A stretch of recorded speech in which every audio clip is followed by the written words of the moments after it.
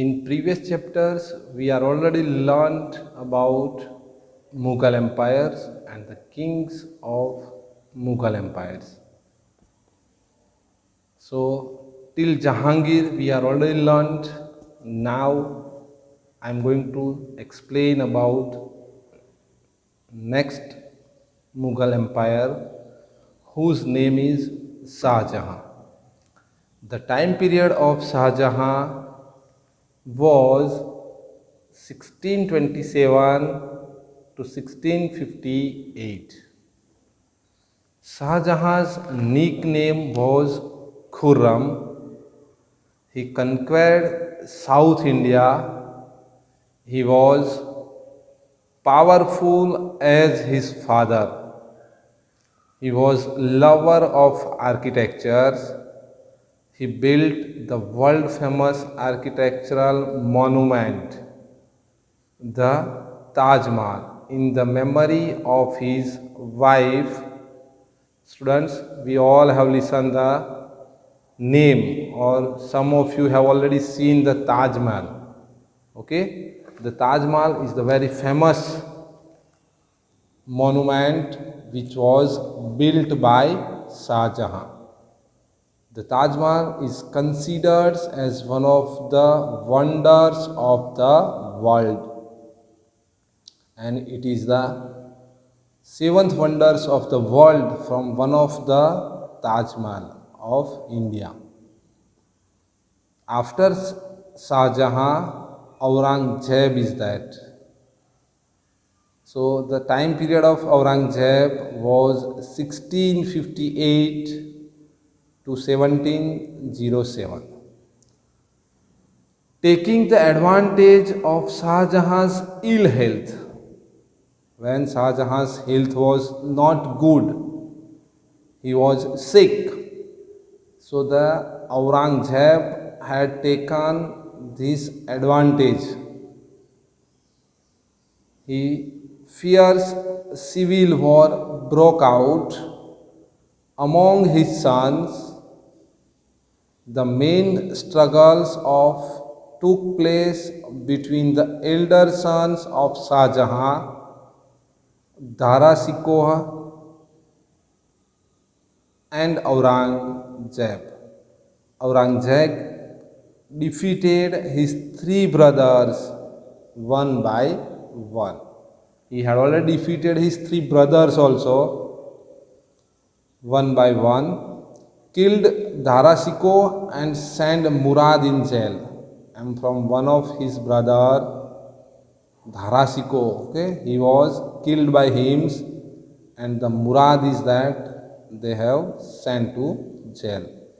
He himself took up the thrones, and the throne he had already taken by himself only. He defeated his another brother Sujan and sent to exile. Aurangzeb ruled for about 50 years. Students, he had already ruled for 50 years. His kingdom consisted of the Kashmir in the north to Jinji in the south, and from the Chatgaon in the east to Hind Kush range in the west. So all these four sides, this much area was covered by Aurangzeb. Aurangzeb was a Sunni Muslim and lead a very simple life. His lifestyle was very simple. Although he was Sunni Muslim, he abandoned Akbar's religious policy and showed religious intolerances.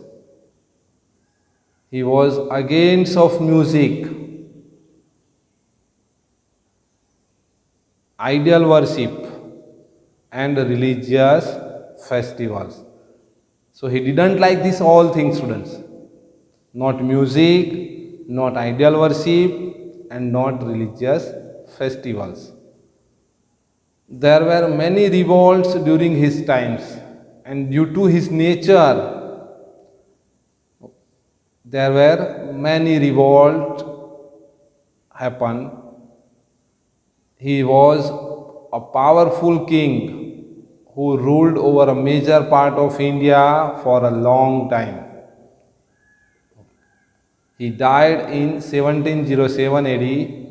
After his death, some weak rulers came, resulting in the fall of the Mughal Empire. And when his death was there, some weak rulers came to the resulting in the fall of the Mughal Empire. After that, no one was the great ruler of Mughal Empire came to the throne. After that, Rana Sangram Singh. Rana Sangram Singh of Mewar was the contemporary of Babur. He is also known as the Rana Sanga. He was heroic and adventurous. He won many of battles. However, he was defeated in the battle of Khanwa against Babur and his empire. He reduced to nothing. After that, Rana Sangram Singh, the Maharana Pratap. Maharana Pratap was a majestic ruler of Mewar who fought against Akbar of the Mughal Empire. So this is the time when two great kings were there. As Akbar attacked on Mewar, the battle of Haldighati took place between Akbar and Maharana Pratap. Akbar was victorious, but Maharana Pratap established his power in the adjoining areas of Udaipur.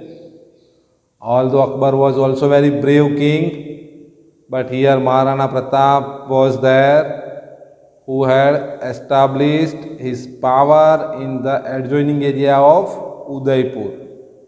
So the struggle continued.